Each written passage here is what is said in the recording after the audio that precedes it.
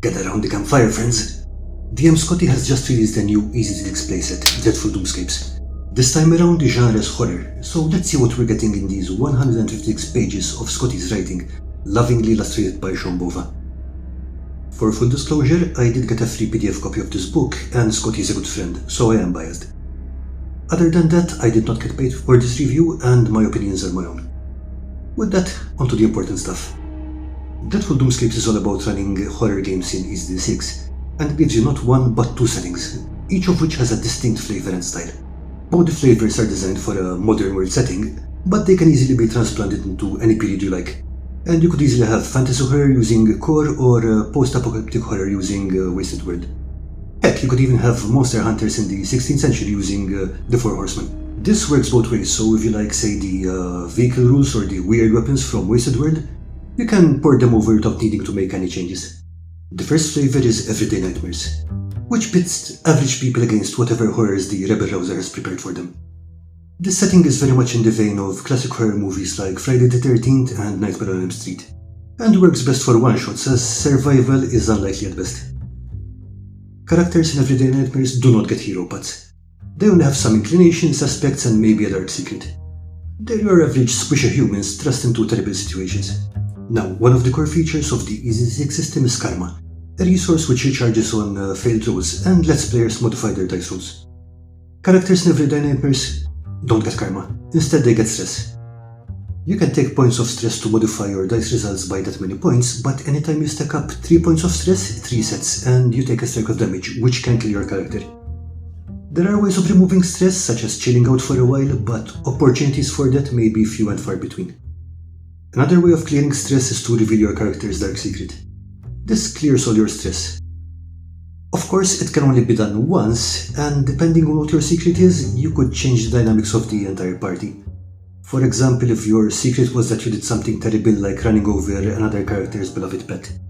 While I have not tested Everyday Nightmares in depth, I have been using the stress system for a couple of years now, as Scotty let me borrow it for the Four Horsemen, way back when Dreadful Doomscapes still had the working title of EZD6.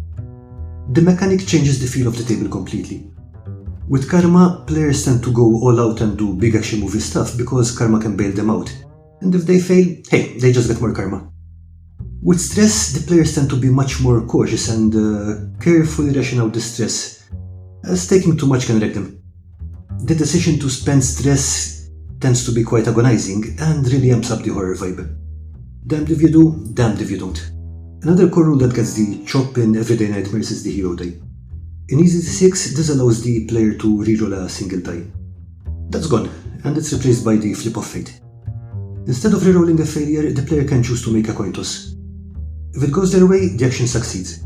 If it doesn't, the action fails in the worst way possible. It's a bit like pushing a failed roll in Call of Cthulhu, but it's a 50-50 chance rather than a reroll. It takes a bit of judgment on part of the Rebel Rouser as determining how the flip affects the game isn't always clear-cut. The book does give several examples. Say, if a character misses a shot with a pistol, a successful flip could mean that the bullet ricochets on target, while a failed roll could mean that they hit a bystander or a gas line or something that makes the situation much worse. This mechanic fits the vibe of the setting perfectly. The result is very swingy, so you have to decide whether an action is so important that you're willing to take a 50% chance of things getting much worse. You also only get one of these per game, making the choice even harder. The rules in Everyday Nightmares really create a feeling of despair and helplessness, which is perfect for slasher or survival horror. But if you want something where the players have a bit more bite, then you're going to enjoy the other playset in this book. The second playset is Dreadborne Hunters. In this playset, the characters aren't helpless randos. They are aware of the existence of monsters, they're highly trained, highly skilled, they have their own paranormal abilities, and the backing of a secretive organization called the Vanguard. This does not mean that they can go toe-to-toe with monsters on the regular. They're still humans and relatively squishy. They do have the skills and resources to hunt and investigate efficiently, but not without risk to themselves. Dreadborne Hunters is definitely influenced by Bloodborne, with some seasoning from White Wolf's Hunter the Draconic Tronin.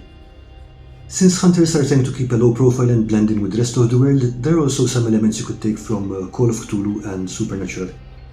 It sounds like a mess, but the ingredients make a tasty stew. Characters in Dreadborne Hunters are all based on a single hero path, but the options available make them far more customizable than any individual path in Core or Wasted World. Being the heroic types, Hunters still use Karma and Hero dice as normal. Apart from their skills, Hunters also get one special ability at character creation. These range from astral projection to telepathy to supernatural companions such as an extremely sarcastic haunted doll. Unlike the poor sods in Everyday Nightmares, Dreadborne Hunters have a reasonable chance of survival, so this playset is more suited for campaign play.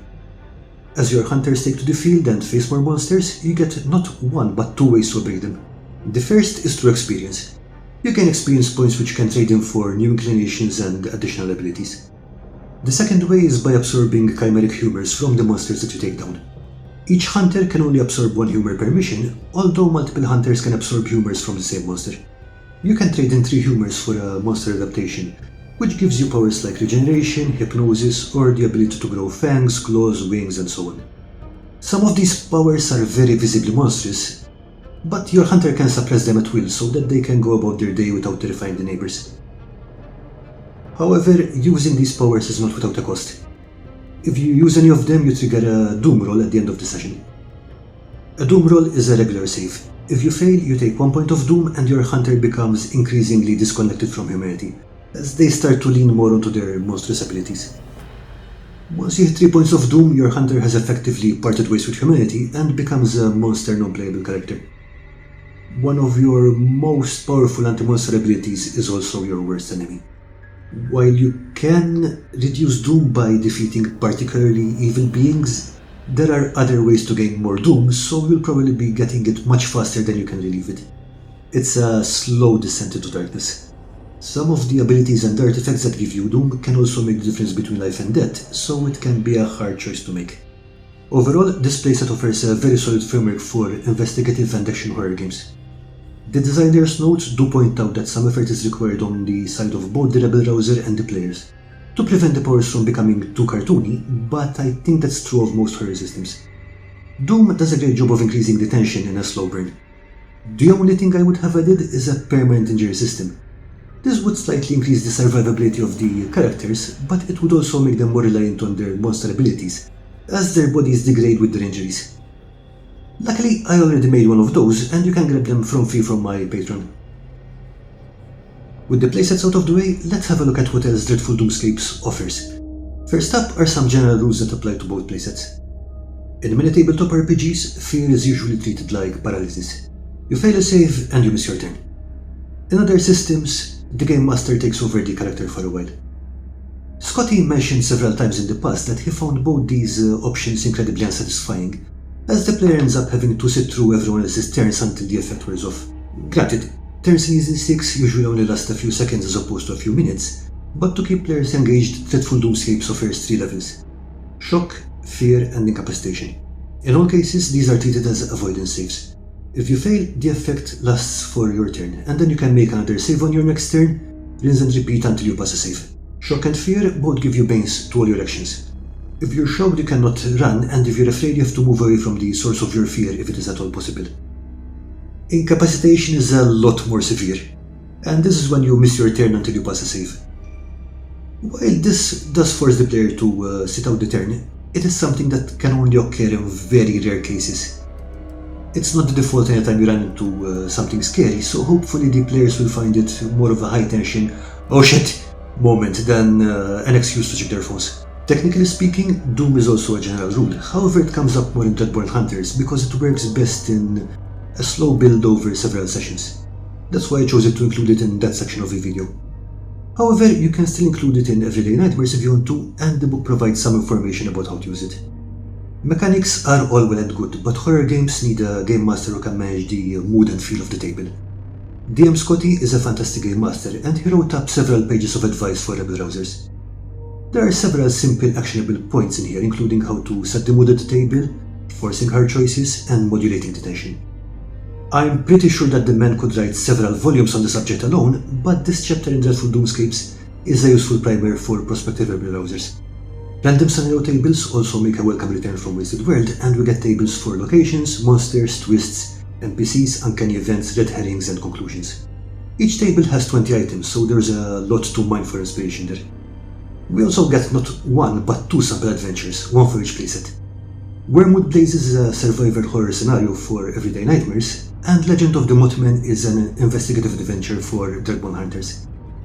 I love it when rule sets include sample adventures, and these fill a gap which I think EZD6 Core and Wasted World left open. The scenarios are presented in Scotty's classic bullet point format, so if you've used the EZD6 Book of Quests, you would be right at home. These scenarios do have a lot more detail in them, which I think is necessary for the style of adventure.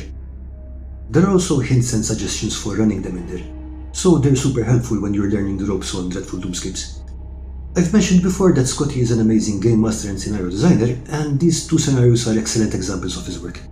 If you don't mind spoilers, or just need a feel for how this is run, you can find a video of him running Wormwood Blazes on Shadows of Arconia a few months back. Now let's get to the thing at the heart of every horror scenario: cursed artifacts and terrifying monsters. The Artifacts chapter gives you 20 items. You are not getting 50-page backstories here. Personally, I prefer it this way as it's easier to plug it into whatever lore I'm running with. Each item has a one-line description, a power and a price. And I don't mean a costing gold pieces.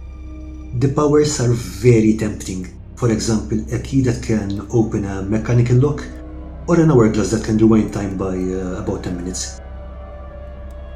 There's a catch, of course. All the items are cursed, and you risk increasing your doom every time you use them.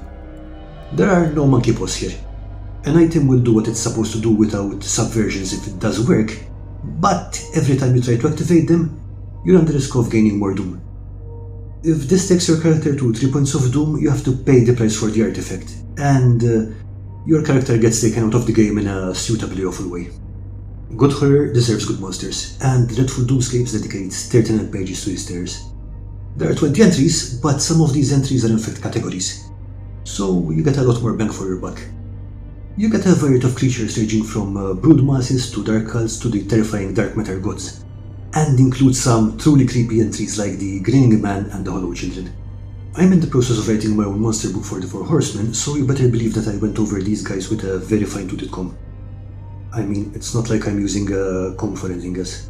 Scotty did a great job of giving every monster its own freelance character by giving them special rules which bend the game in interesting ways. The keyword is interesting, it's not about causing more damage. Most of the monsters here have a weakness entry, which lists 1 or 2 ways in which the creature can be weakened. This is a great idea even outside of horror, because it lets you pit players against monsters which are, on paper at least, way too tough for them. Letting the players research or figure out the weakness can be an entire plot point which can drive the game. Personally, I would also add a few red herrings, but given that the whole book tries to be lore neutral and easy to read, I can understand why such points were not included. If you'd like to see what I mean, you can find the monster entry in Troubled Nights, a free adventure which you can find linked here. But bear in mind that I had the luxury of writing for a specific world and setting, which lets me tie the lore down in greater detail. These monsters are not meant to be sprinkled into a game for a quick fight scene, the way that you would drop goblins into a dungeon. As the book points out, if you just throw a xenomorph into a room, you're not going to get alien. You really need to build your scenarios around the strengths of the creature. After all, they're as much a star of the game as your player characters are. Even more so for featured monsters, which are the ones that you are writing your adventures around. Dreadful Doomscapes gives you a lot of options for making any monster into a featured monster. Again, it's not about giving them more strikes or making them harder to hit.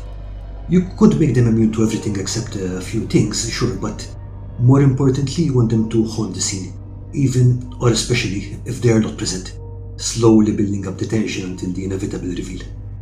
I'm giving this book 2 thumbs up. For the excellent rules and advice on running horror games, as well as having 2 modes of play and great introductory adventures, I would totally recommend it to any EZD6 Core browser or any horror fan. You can find it in soft or hardcover on DriveThru RPG, and after that, maybe check out this video next. Bye!